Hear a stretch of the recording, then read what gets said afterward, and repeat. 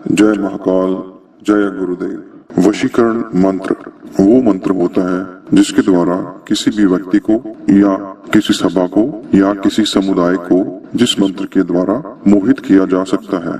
वशीकरण मंत्र के द्वारा मांत्रिक किसी भी मनुष्य की मानसिक क्रियाओं पर प्रभाव डालकर उस मनुष्य को अपने वश में कर सकता है, अपने अधीन कर सकता है। वशीकरण का सामान्यता ये अर्थ होता है कि किसी भी व्यक्ति को वश में करके उससे कार्य सिद्धि करवाना। यह मंत्र एक शाबर मंत्र है जो अत्यंत ही प्रभावशाली है और इसकी सिद्धि करना अत्यंत ही सरल है। उर्वशी वशीकरण मंत्र का प्रयोग कोई भी साधक अपनी इच्छा पूर्ति के लिए कर सकता है।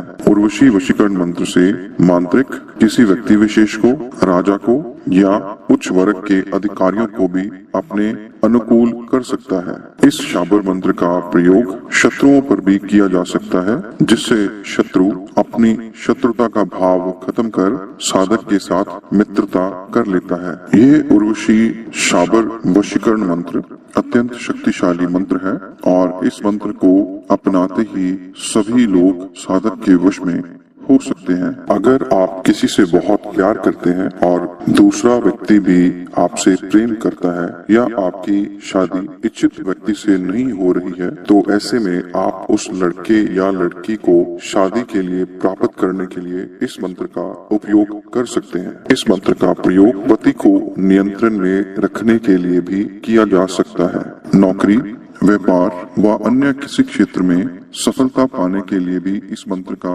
प्रयोग किया जा सकता है।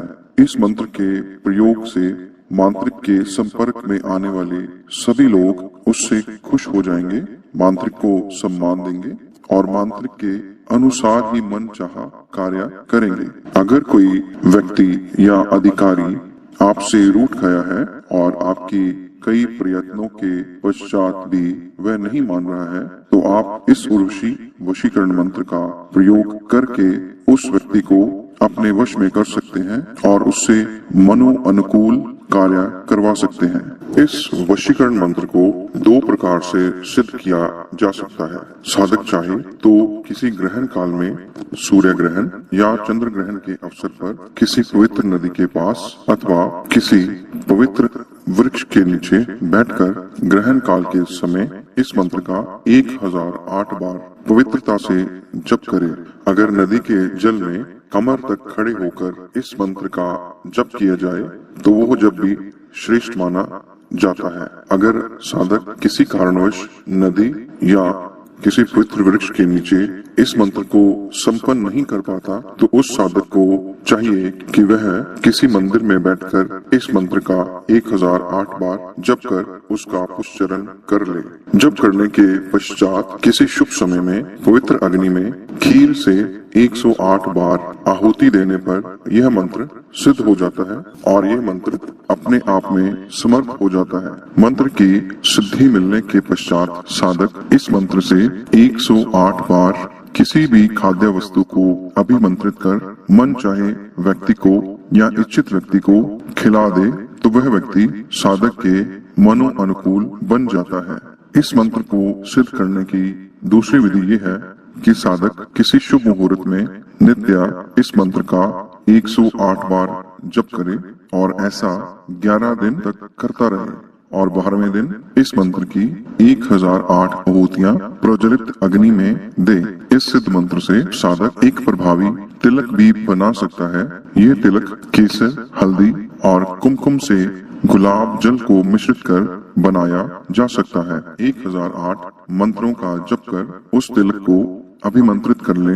अब साधक किसी अधिकारी को वश में करना चाहे या किसी इच्छित कार्य को किसी सभा में करवाना चाहे तो वह व्यक्ति उस तिलक को अपने माथे पर लगाकर उस सभा में या उस अधिकारी के सामने जाए तो वह सभा या अधिकारी साधक के वशीभूत हो जाते हैं और उन पर सम्मोहन क्रिया का अद्भुत प्रभाव दिखाई देता है। ये मंत्र है ओम नमो उर्वशी काम निगारी शुचि राजा प्रजा सब रहे प्यारी। अमुक को मंत्र पढ़ हृदय लगाऊं, उठती बैठती निज दासी बनाऊं, मेरे पर उसकी जान जाए मसान बस न होवे तो गुरु गोरखनाथ की आन। ओम नमो उर्वशी काम निगारी, शुचि राजा प्रजा सब रहे प्यारी। अमुक को मंत्र पढ़ हृदय लगाऊं, उठती बैठती निज दासी बनाऊं। मेरे पर उसकी जान जाए, मसान बस न होवे, तो गुरु गोरखनाथ की आन। साधक मंत्र सिद्धि के पश्चात अमुक की जगह साधे व्यक्ति का नाम ले अथवा साध्य अधिकारी या सभा का नाम ले और अपना इच्छित कार्य इस मंत्र के द्वारा संपन्न करवाए।